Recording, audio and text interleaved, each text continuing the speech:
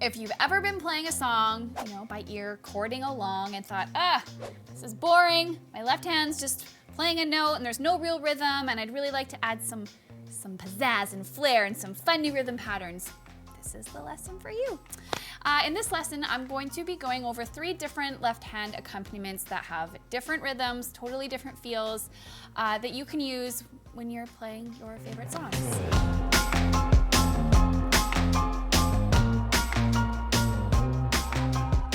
Now I also have these notated for you, for those of you that need to see how everything lines up, so you can just click below to download that afterward if you want to practice along.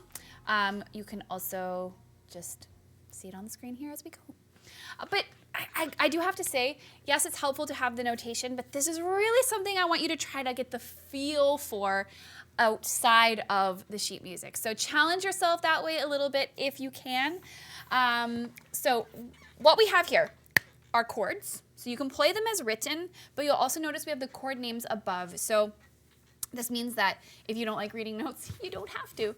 So we're going to play a C chord, and I have it notated in root position, and I've got 2 of those that move to a G chord in first inversion, like that, then A minor in root position, and then F in first inversion. And the cool thing about these chords is they're the most popular chord progression of all time. So as you play these, you're going to be like, oh, that reminds me of this song or that song. So they're super versatile. Okay, so let's look at the rhythm. I'm going to play it for you first, and then I'll talk you through how to do it. So it's going to sound like this. Kind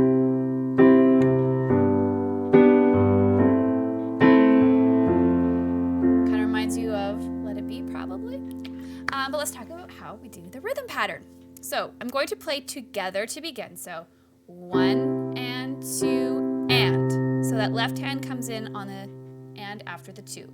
So first together, 1 and 2 and. Now we're going to make our move. So our right hand goes to the G chord, left hand moves to G, and we're going to play together 3 and 4 and. So the pattern in the left hand is always working once together with the right hand and then once by itself. So they're kind of trading off.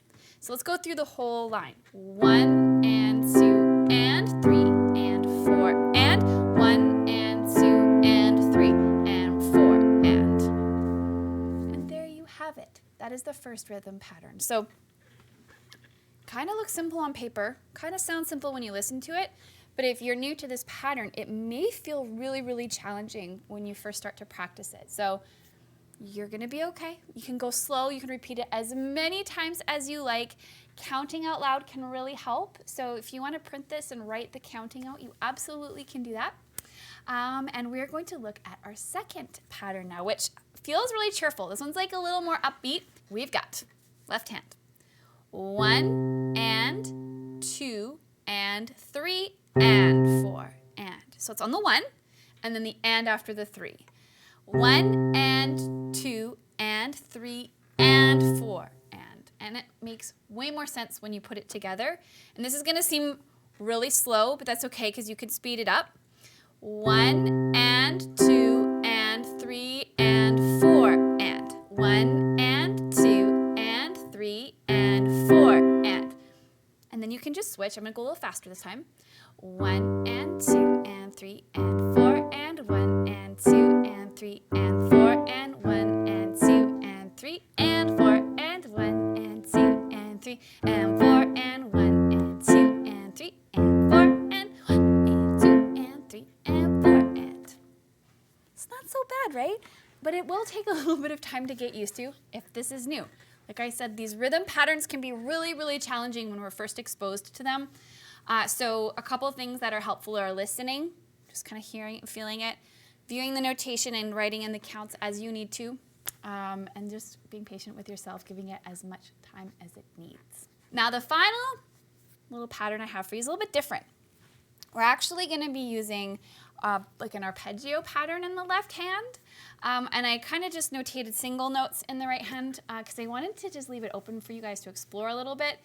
But let's take a look. So I'm going to be playing root, 5th, root, 5th, root, 5th, root, 5th. So it's kind of like starts low, goes to the 5th, and then rocks on the top.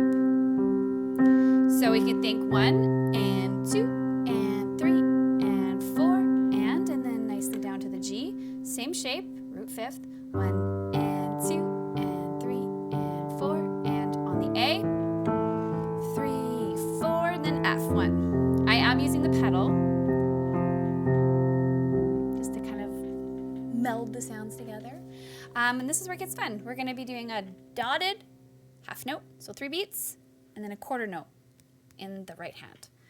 So it's going to go 1 and 2 and 3 and 4 and 1 and 2 and 3 and 4 and 1 and 2 and 3 and 4 and 1, 2 and 3 and 4 and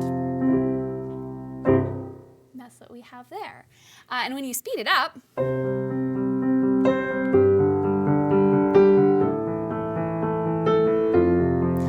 sounds really fun, and you can also, instead of just playing single notes, play chords in any inversion that you like.